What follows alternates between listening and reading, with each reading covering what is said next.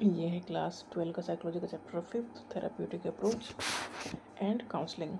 इसमें है psychotherapy main है इसमें।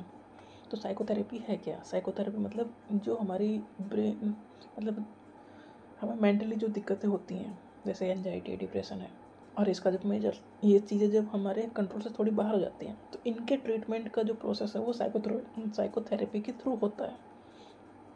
मतलब हमारी जो मेंटल प्रोसेस है या बीमारी है या मेंटली हम अपसेट हैं, उनका ट्रीटमेंट का प्रोसेस साइकोथेरेपी में होता है।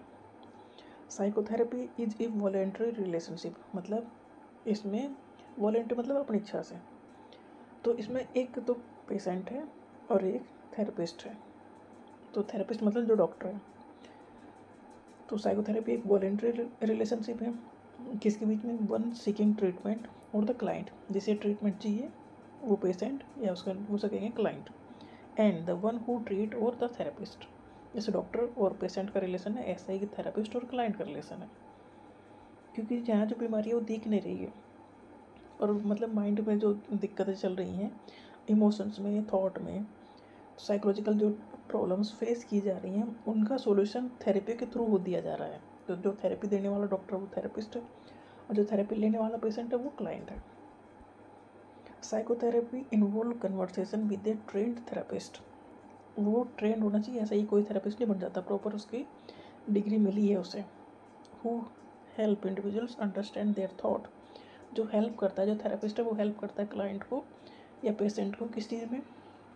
Understand their thought, feeling and behaviour. देखो हर एक जैसे थॉट होंगे, जैसी फीलिंग होंगी, फिर वैसा ही बिहेवियर शो करेगा वो।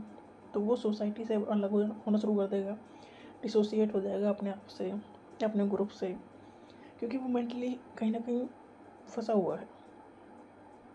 तो उनसे बाहर निकालने का काम थेरेपिस्ट करता है, मतलब थेरेपी देख देख के उसे बाहर निकालता है अपनी चीज़ों से, अपने थॉट से, जिससे उसका बिहेवियर नॉर्मल हो जाता है। फिर develop कॉपिंग strategies and improve their overall well being. Help करता है किस चीज़ में? कि वो नॉर्मल लाइफ जी सकें, क्योंकि वो नॉर्मल से बहुत दूर जा चुके होते हैं जब तक। The purpose of the relationship is to help the client. इसका थेरेपी का पर्पज है क्या? To help the client to solve the psychological problems being faced by him और हर। कोई भी हो सकता है, मेल या फीमेल। इस थेरेपी का पर्पज है क्या? कि जो साइकोलॉजिकल प्रॉब्लम्स फेस कर रहा है पेशेंट, उनसे उसे बाहर निकालना, मतलब साइकोलॉजिकल प्रॉब्लम्स को सॉल्व करना थ्रू थेरेपी।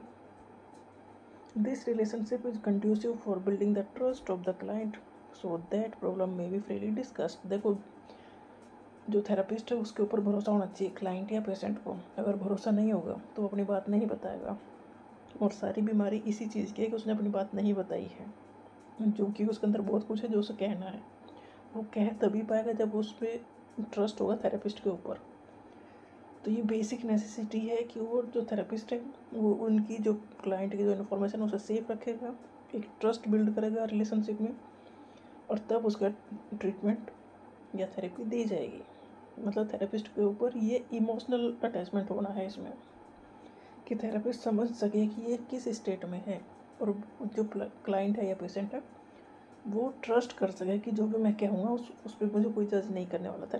जो थेरेपिस्ट है वो कोई जज नहीं करेगा, तभी वो अपनी जो कंडीशन है, जो उसके अंदर चल रहा है, तभी वो बता पाएगा।